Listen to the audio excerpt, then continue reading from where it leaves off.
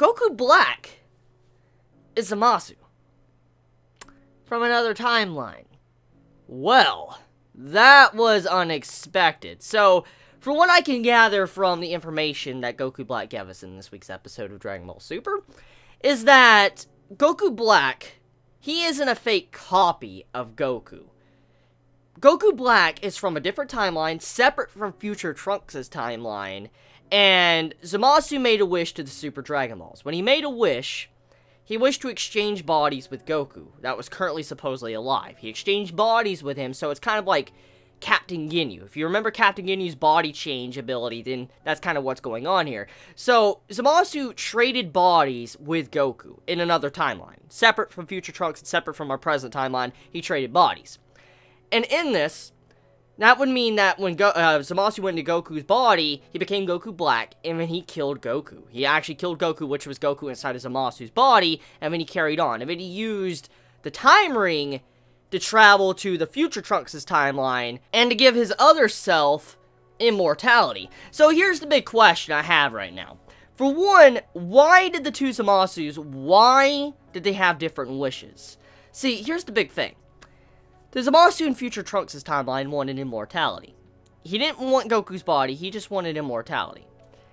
The Zamasu in this other unknown timeline, we don't really know. We don't know if it's from Cell's timeline or another timeline, probably a completely different timeline we haven't seen before. But this Zamasu wanted Goku's body. The question is, why? Why? Why is the two Zamasu so different with the way they view things?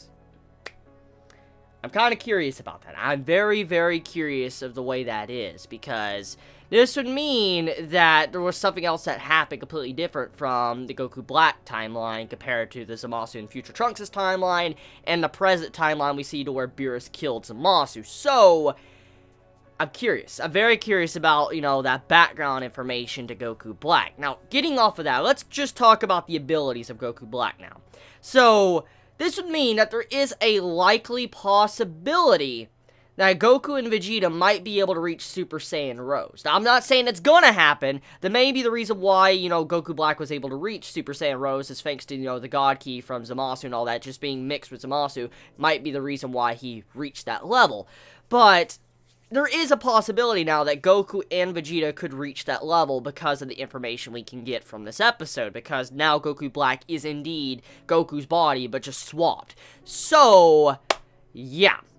That is interesting. That is very interesting when it came to this episode, and now we know, we have confirmation that Beerus' ability to kill the Zamasu in the present timeline did not work on, the Zamasu in the future Trunks' timeline, and the Zamasu in the Goku Black timeline. Now, that could work against it if you think about it. Since, Zamasu traded bodies with Goku, maybe if Goku was still alive some way in, Zamasu's body, he might have died thanks to Beerus killing the Zamasu in the present timeline, so maybe it works like that. Maybe even if you switch minds into different bodies, it looks at your physical body and it gets rid of it. That may be the reason here of why, maybe Goku Black didn't disappear. But the big question is, though, is now that we know that Goku Black is from a different timeline, I really want to know. I really, really, really want to know the information about that. But leaving that on the table, let's just, push that aside a little bit, and let's talk about one thing that popped up in this episode that really made me scratch my head. So, apparently, after the Trunks and Mai moment, for instance, the romantic moment of them two kissing and all that, exchanging senzu beans, all so cute, and, like I said, I'm for the relationship, I ship them fine. It's just like, the way it's been constantly in every episode in, the present timeline, I'm not the biggest fan of the way it's constantly been pushed by Toei Animation. But overall, though, when it came to that scene, we found out something rather amusing. Apparently, Goku has never kissed Chichi. Let me say that again, okay?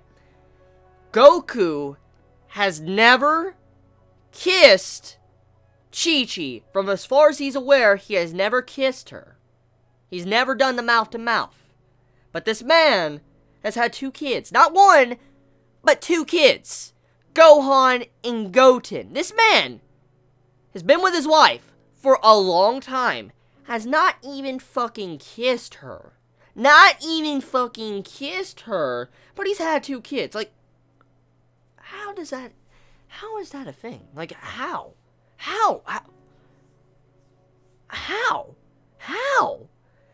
Unless, this is the only way, which I doubt, unless Goku is, no, there's a couple of reasons.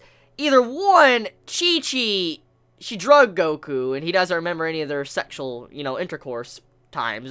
Maybe that could be the reason, but I don't think Chichi's into that. So, if it's not that, Goku is so stupid, like, he forgot. Like, it doesn't even interest him, and I'm thinking, like, no, like, what? So, Goku, this man, hasn't kissed his own wife. I feel so bad. I feel so bad for Chichi. Like, even fucking Vegeta has kissed Bulma. Like, yo, this man, the Prince of all Saiyans, this prideful man. Like, look at Vegeta in, Dragon Ball Z. Just, this man has kissed Bulma, but Goku hasn't kissed Chichi. Like, what? Like, okay. Look, I know Goku's not the smartest, the smartest person of all time. I know he's not, okay? Look, I can accept it. I know he's that type of character. I know that's his personality, how it was in Dragon Ball, and he was somewhat like that in Dragon Ball Z.